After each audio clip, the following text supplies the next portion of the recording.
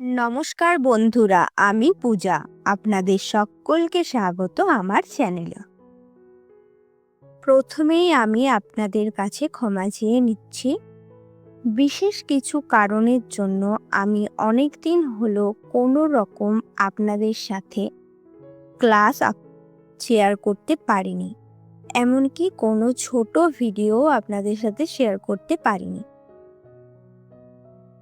কিন্তু এইবার থেকে আমি আপনাদের ঠিক আগে যেই রকমভাবে ক্লাস শেয়ার করতাম সেই রকমভাবেই কিন্তু আপনাদের সাথে ক্লাস শেয়ার করব।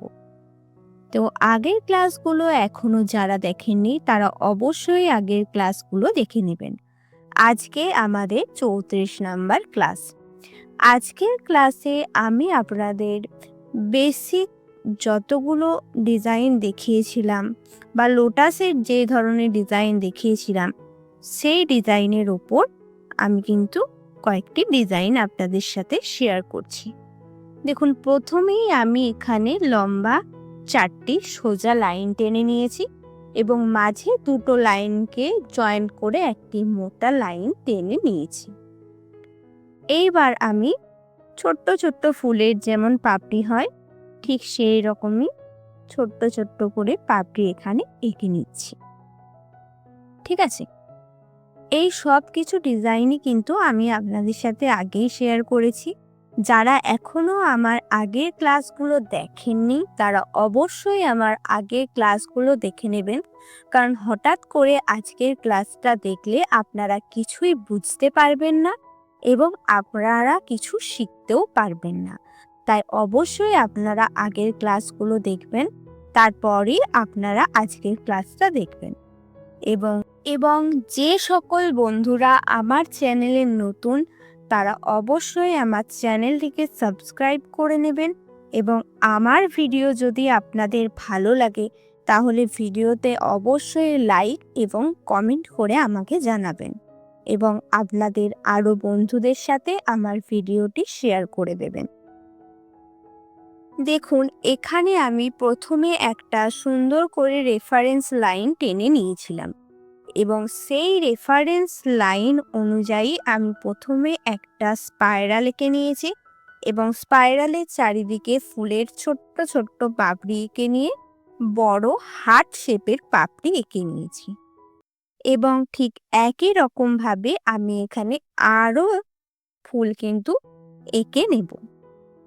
ঠিক আছে, এইরকমভাবে ডিজাইনগুলো আমরা হাতের ফ্রন্টে যখন মেহেন্দি স্টার্ট করি তখন এই ডিজাইনগুলো আমরা কিন্তু সেখানে দিতে পারি।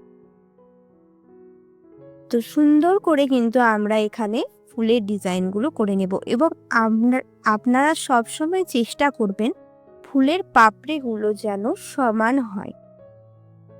আমি আপনাদের আগেও বলেছি, আবার এখনো বলছি, যদি আপনাদের আমার ক্লাস নিয়ে কোনো অসুবিধা থাকে বা আপনারা কোনো জিনিস যদি বুঝতে না পারেন তাহলে অবশ্যই আমাকে কমেন্ট করে জানাবেন।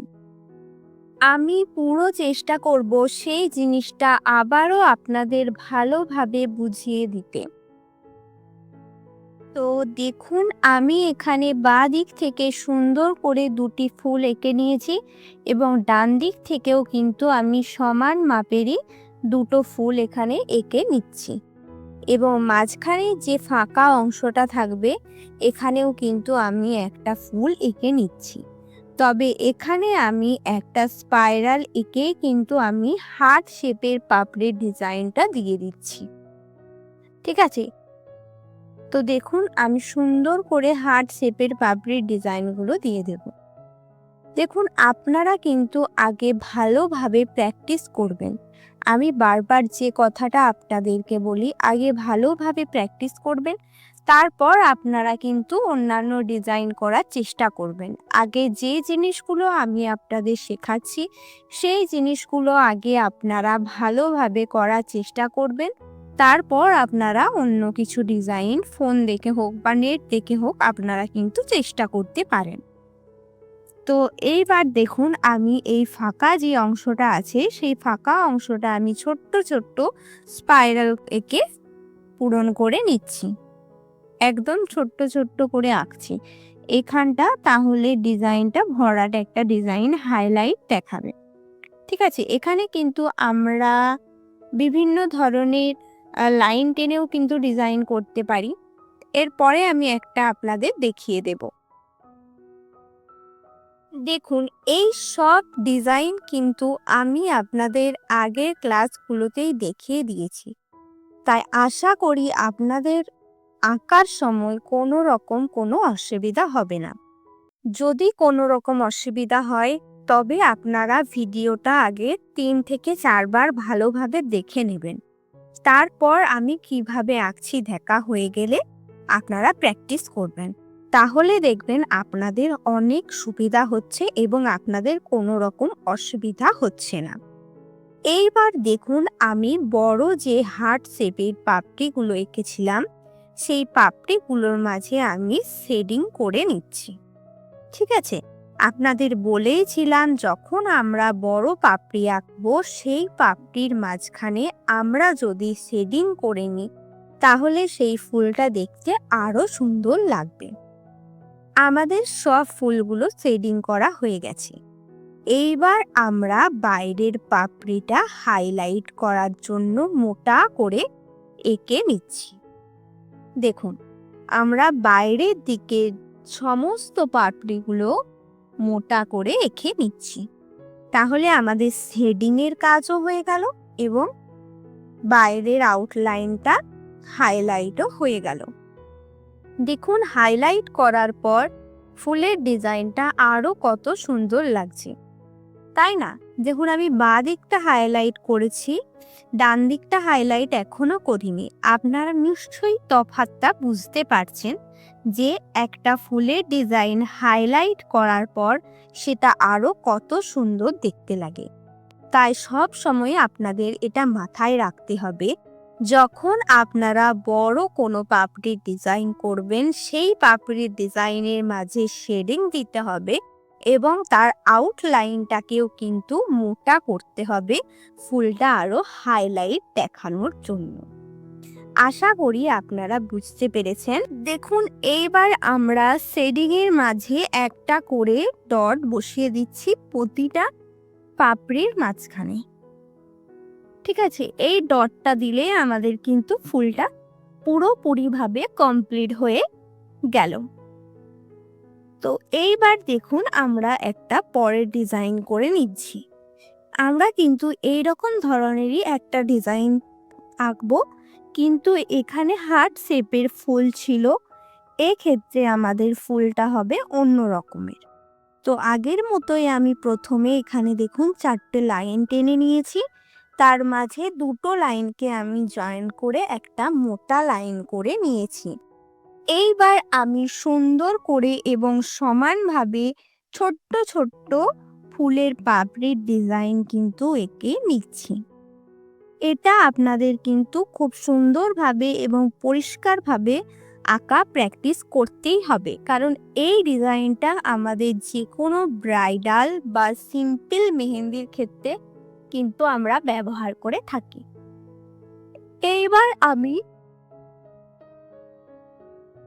একটা শেপ করে নিয়েছি এবং এখানে দেখুন আমি একটা লোটাস আঁকছি এবং সুন্দরভাবে কিন্তু আমরা এখানে লোটাসের ডিজাইনটা করছি এবং নিচে আমরা দুটো পাতাও এঁকে নিলাম। ঠিক সেম ভাবে বাঁ দিকের মতো আমরা কিন্তু ডান দিকেও এখানে একটা লোটাস এঁকে নিচ্ছি। প্রথমে মাঝের অংশটা, তারপর নিচের ডালটা এঁকে নিয়ে আমরা পাশের যে পাপড়ি ডিজাইনগুলো হয় সেগুলো কিন্তু আমরা এঁকে নিচ্ছি। দেখুন, বাঁ দিকে যে পদ্ম ফুলটা আমরা এঁকেছি সেটা কিছুটা ডান দিক ঘেঁষে, আবার ডান দিকে যে পদ্ম ফুলটা এঁকেছি সেটা কিছুটা বাঁ দিক দিয়ে হেলিয়ে। এইবার দেখুন, ওপরের দিকেও আমরা পদ্ম ফুল এঁকে নিচ্ছি ঠিক একই রকম ভাবে। প্রথমে মাঝের অংশটা করে নিয়েছি, তারপর ডান দিকটা, তারপর বাঁ দিকের পাপড়িগুলো। এখানে দেখুন আমরা কিন্তু আর ডাটি করিনি, এখানে আমি একটা ছোট্ট সার্কেল করে পদ্ম ফুলটা ফিনিশ করেছি। এইবার ডান দিকেও আমরা সেম ভাবে পদ্ম ফুল এঁকে নিচ্ছি। এবং মাঝখানে একটা সার্কেল এঁকে নিলাম। এইবার মাঝের ফাঁকা অংশটাতে আমরা একটা পদ্ম ফুল এঁকে নিচ্ছি সুন্দর করে। দেখুন, আপনারা এই পদ্ম ফুলের ডিজাইনটা কিন্তু বারবার আগে খাতায় প্র্যাকটিস করবেন, তবেই কিন্তু আপনারা ভালোভাবে পদ্ম ফুলটা আঁকতে পারবেন এবং দুদিকটা সমান হবে এবং দেখতেও সুন্দর হবে। আপনারা যদি ভালোভাবে প্র্যাকটিস না করেন তাহলে কিন্তু আপনারা কখনোই ভালোভাবে এবং সমানভাবে সুন্দর করে পদ্ম ফুলটা আঁকতে পারবেন না। এবং আপনাদের যদি পদ্ম ফুলের পাপড়িগুলো সমান না হয় তাহলে কিন্তু আপনাদের পদ্ম ফুলের কোনো ডিজাইনই ভালো লাগবে না। তাই জন্য আমি বারবার আপনাদেরকে বলছি, আপনারা আগে ভালোভাবে প্র্যাকটিস করবেন, তারপর কিন্তু আপনারা এই রকম ভালো করে পদ্ম ফুলের ডিজাইন করতে পারবেন। দেখুন, আমি এখানে মাঝের অংশটি যেটি ফাঁকা ছিল সেখানে লম্বা লম্বা করে লাইন টেনে নিচ্ছি। ঠিক আছে, লম্বা করে সুন্দর করে লাইন টেনে নিলাম এবং পদ্ম ফুলের যে শেডিং করা কিভাবে হয় সেটা আমি আপনাদের আগে ক্লাসে দেখিয়েছিলাম। ঠিক সেই রকমভাবেই আমি এখানে কিন্তু পদ্ম ফুলের মাঝের যে অংশটা সেটা শেডিং করে নিচ্ছি এবং যে পাপড়ির একটা দিক হয় না ভেতর পর্যন্ত টানা, সেই রকম আমি দুটো টেনেও নিয়েছি। এইবার দেখুন, সমস্ত পাপড়িটি আমি একটা করে ডট দিয়ে দিচ্ছি, তাতে দেখুন পদ্ম ফুলটা আরো কত সুন্দর দেখাচ্ছে। এইবার আমি যে কথাটা একটু আগেই বললাম, যে কোনো ফুলের ক্ষেত্রে পাপড়ির আউটলাইনটা মোটা করলে সেই ডিজাইনটা দেখতে অনেক সুন্দর লাগবে। এই ক্ষেত্রেও দেখুন, আমি পদ্ম ফুল এবং পাতা যেগুলো বাইরের দিকে ছিল তার সমস্ত আউটলাইনটাকেই কিন্তু আমি এখানে মোটা করে এঁকে নিচ্ছি। তাতে দেখুন কতটা সুন্দর এই ফুলের পাপড়ি ডিজাইনগুলো দেখাবে।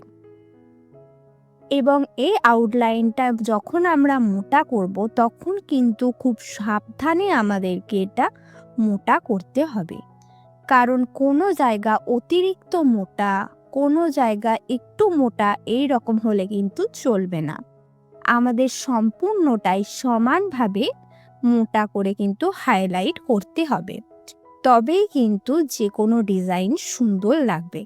কোনো জায়গা বেশি মোটা বা কোনো জায়গা কম মোটা এই রকমভাবে কিন্তু করলে আমাদের চলবে না। আশা করি বোঝাতে পেরেছি আমি কি বলতে চাইলাম। এইবার দেখুন, প্রতিটা লাইনের মাঝে আমি একটা করে ডট এঁকে নিচ্ছি, তাতে শুধু লাইনগুলো দেখানোর থেকে একটা করে ডট এঁকে নিলে দেখতে আরো বেশি সুন্দর লাগছে। তো আজকে আমি এই দুটো ডিজাইনই আপনাদের সাথে শেয়ার করছি। আবার পরের ক্লাসে আমি আরো ভালো সুন্দর ডিজাইন আপনাদের সাথে শেয়ার করব। আশা করি আপনারা ভালোভাবে বুঝতে পেরেছেন। যদি না বুঝে থাকেন আমাকে অবশ্যই কমেন্ট করে জানাবেন এবং আমার ভিডিও যদি আপনাদের ভালো লাগে অবশ্যই লাইক কমেন্ট করবেন।